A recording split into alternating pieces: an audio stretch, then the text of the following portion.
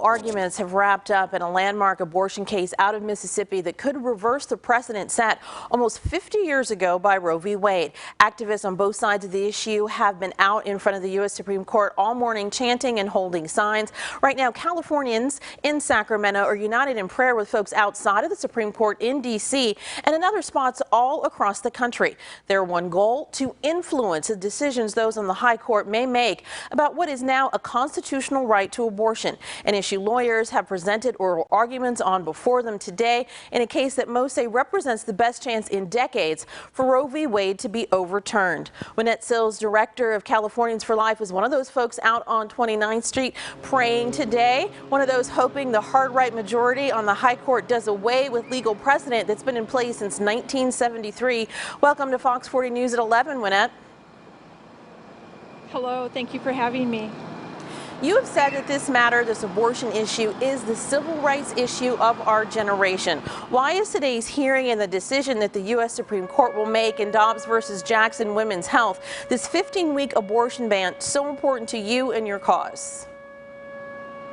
Absolutely. Today is important because in every abortion, a human life is killed. And we're standing here in front of Planned Parenthood, the largest abortion business in the world. And today, being Wednesday, is when they do late-term abortions. And I'm holding with me, this is an exact medical representation of a human life, a baby, a fetus, at 22 weeks of pregnancy. And yet, right here today, they are killing babies all the way up to 24 weeks of pregnancy. And so when we hear statistics like over 2,000 abortions happen every day in our country, and millions of women have been hurt by abortion, those numbers may not mean as much to you until you come here and really see the women who are going in for an abortion, who need our help, who need our compassion, who need our assistance.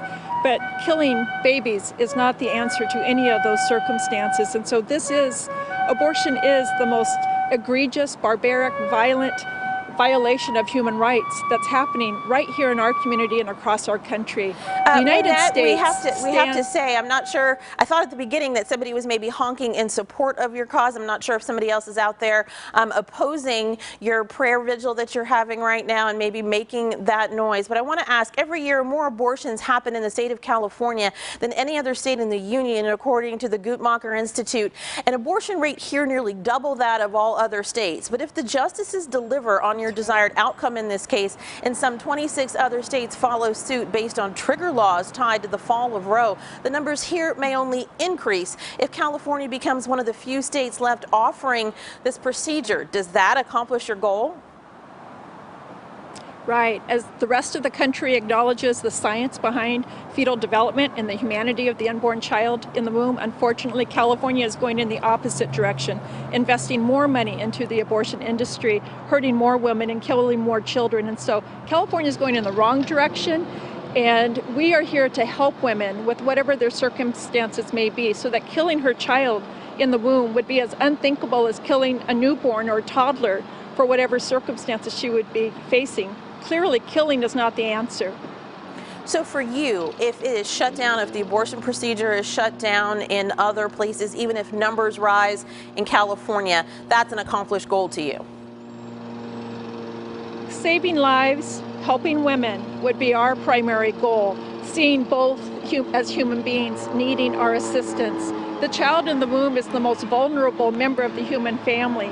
This is a human rights violation. We can work together across party lines to help women, and that would be achieving our goal, to be both helping women and saving babies. Okay. Now, what do you say to those who would argue that ending Roe would do more to destroy life than to preserve it, in that those with means will be able to travel out of state or out of the country to get the procedure that they want, and that poor women will lose their lives to backdoor abortions done by unqualified individuals like they did before Roe, and be forced to carry a child of a family abuser or their unknown rapist, or be strapped with responsibilities they can't meet and might have to face the torment of not being able to care for their children properly?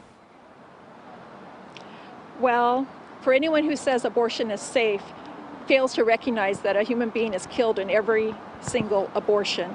And we would oppose all of those things that you mentioned. You know, we want to help women so that they don't have to go through the pain of abortion. We oppose child abuse. Of course, all of those circumstances cause concern for every person of goodwill. But killing is not the answer to any of the circumstances you explained. We don't end poverty by killing poor children. Let us work together. Let's bring people together of goodwill to help women so that killing our children becomes unthinkable. You know, we now look back on U.S. history and think that slavery is impossible. How could anyone ever do that to another human being?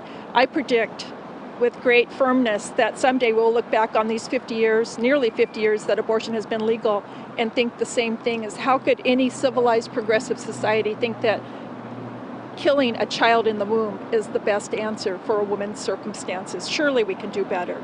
Well, all indications are, according to the Associated Press and other experts looking at it, that the conservative majority is signaling that they intend to severely pare down the protections right now that are in Roe v. Wade or eliminate it altogether. So the country may be closer to what you're talking about than many people thought. Thank you so much for your time this morning. Thank you. And coming up in about